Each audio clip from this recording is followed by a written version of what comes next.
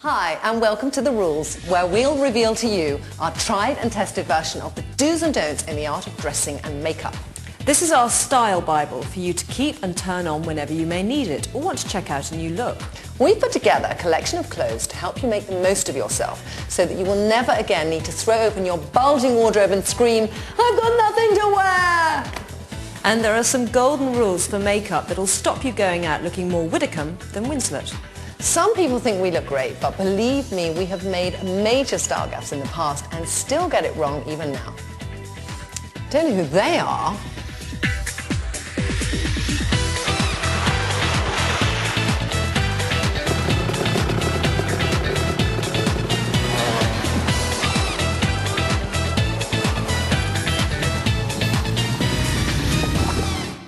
So, let's start with what we wear, the way we look to the rest of the world, and what we're saying by the way we dress. Now, we should start off by saying that nobody is perfect. Well, what about Kate Moss, Elizabeth Hurley, Victoria Beckham, Claudia Schiffer, Iman? Okay, so almost nobody's perfect, but don't despair. Even if your bum is down by your ankles like mine, your arms look like chicken wings, like Susannah's, and your knees are like Paul Gascoigne's, like his, help is at hand. The secret of style success is to show off the bits you like and to lie about the rest by covering them up. Then people will go wow about the bits that look fab, never knowing that you've got no waist, thunder thighs and fried eggs where your tits should be. Like mine. We get loads of letters from people who are depressed about the way they look, and so we've had a good think about them and we've realised that they fit into 5 main piles. Like the don't like my hips and bum pile, I don't like my tits pile, I don't like my legs pile, I don't like my arms pile, etc, etc. In fact, we've never met anyone who doesn't feel that they've been shortchanged in the body shape department. Girls! Now, Which part of your body do you not like? My boobs. Why? I can never do jackets up. My stomach, probably. Why? Because it should be a little bit flatter. I've got very short legs and they're very stumpy. My backside. Your backside? Probably my waist, Why is that? because it's just a little bit too... I've got really flabby arms, they're horrible up here. I hate it in summer because I always want to wear strappy tops and my arms are just so big and horrible. Is there anything about your body that you don't like? No. Oh, Lucky girl! Thank you. That's Okay. good. Bye. She's lying. So, there you go. Everyone fits into one of these piles. But you lot are lucky if you fit into just one pile. Between us, Susannah and I fit into all of them. so we had no alternative. We've had to learn what to wear to make ourselves look great, or we'd never have left the house. We've had to find our own fail-safe way of dressing to flaunt our assets, and now we're going to pass on to you our secret. It's the art of disguise. It's the trick of getting people to look at the things that you want to show off and diverting them away from the things that you want to hide. Then it'll only be you, your gynecologist, and your mirror that know the real truth. And at the end of the day, it's not about buying the latest designer look. It's all about developing your own style. And take it from us, you don't have to be stunningly beautiful or incredibly rich to have style. Celebrities could make style gaffes just like the rest of us. Too right. Look at the gorgeous Patsy Kensit in that horrendous bag lady frock. And Madonna the squillionaire wearing that major frock up.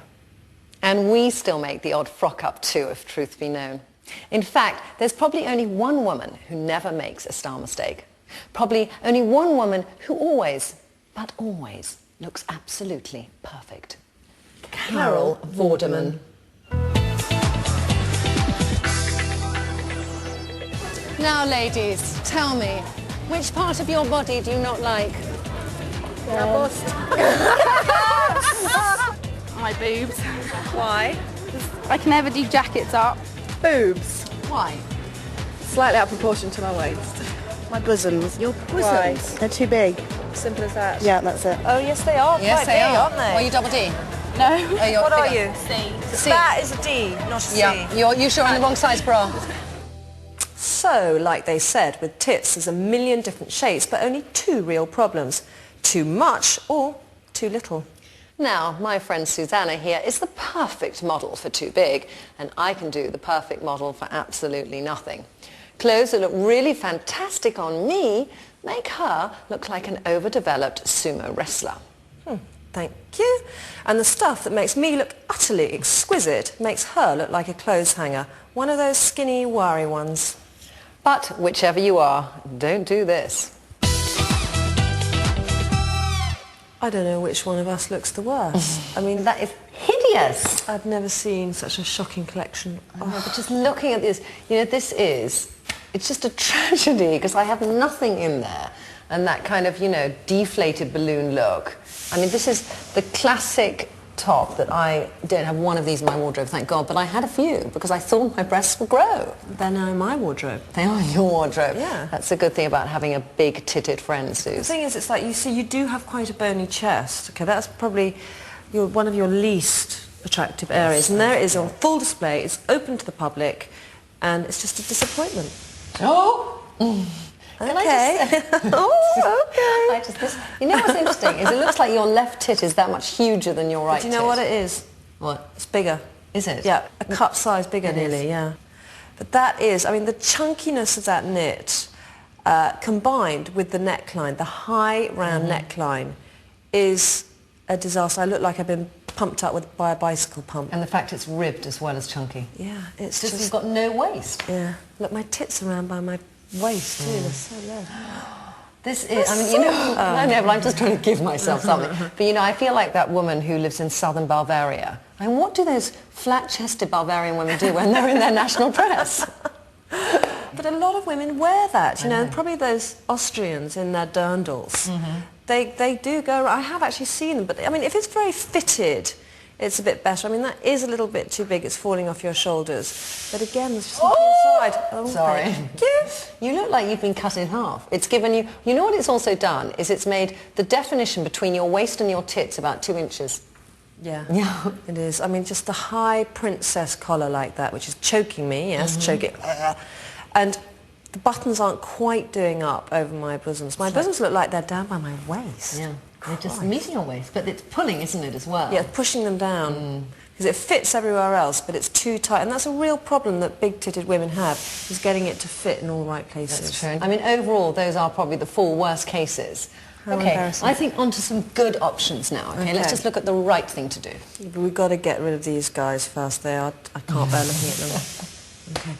Look at that difference. It's just astounding. You have just reduced in size, and I've kind of got rid of the worst bit. For me, you know how you said in that low top, it was awful to see the worst part of me, which is my bony chest, and that's the only bit hidden there. And if you have no tits, generally, you have thin arms, because you're carrying all your weight on your arse and on your hips. So that is my favourite kind of top.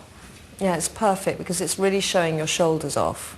And it's got the high neckline. I mean, it is quite an unusual shape, that top, but you can just get a high round neck t-shirt and that will do the business for like you. that, just, you know, yeah, exactly. cut in.